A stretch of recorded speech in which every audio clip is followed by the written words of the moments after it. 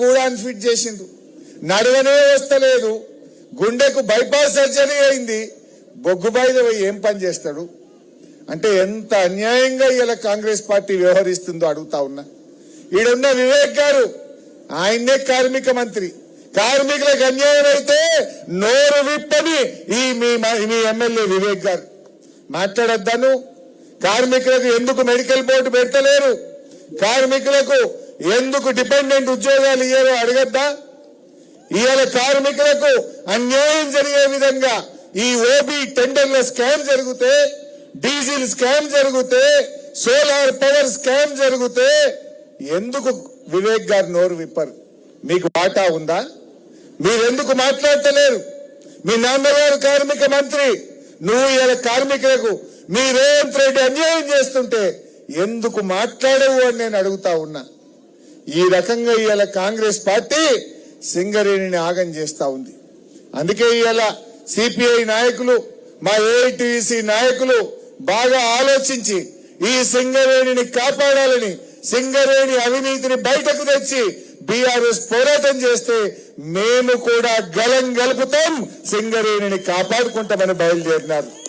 వారికి నేను హృదయపూర్వకంగా ధన్యవాదాలు తెలియజేస్తా ఉన్నా. మీకు తెలుసు, ఒక డిపెండెంట్ ఉద్యోగాలే కాదు, కొన్ని వేల మందికి పట్టాలు ఇచ్చింది బీఆర్ఎస్ ప్రభుత్వం. ఈడ కూడా 3,360 మందికి పట్టాలు రాలేదా?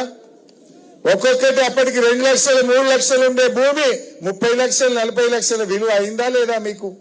అది చేసింది కేసీఆరే కాదా?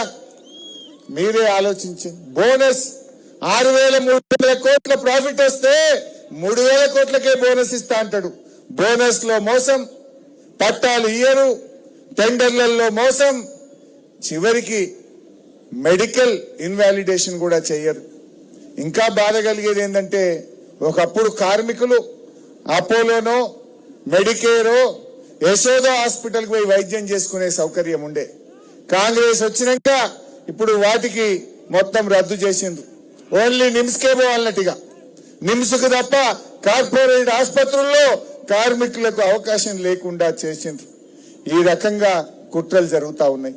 అసలు 2 ఏళ్లలో సింగరేణికి సిఎండి పెట్టిండ్రు. వీళ్ళు ఇన్ఛార్జ్ లో పాలన పెట్టి, ఇన్ఛార్జీలుంటే వాడు సిట్ అంటే సిట్, స్టాండ్ అంటే స్టాండ్, పెట్టుమన్న కాడ సంతకం పెడతాడు, దోచుకున్నంత దోచుకోవచ్చు అని ఇలా ఇన్ఛార్జ్ సిఎండి లేకుండా సింగరేణిని ఆగం పట్టించే పరిస్థితి వచ్చింది.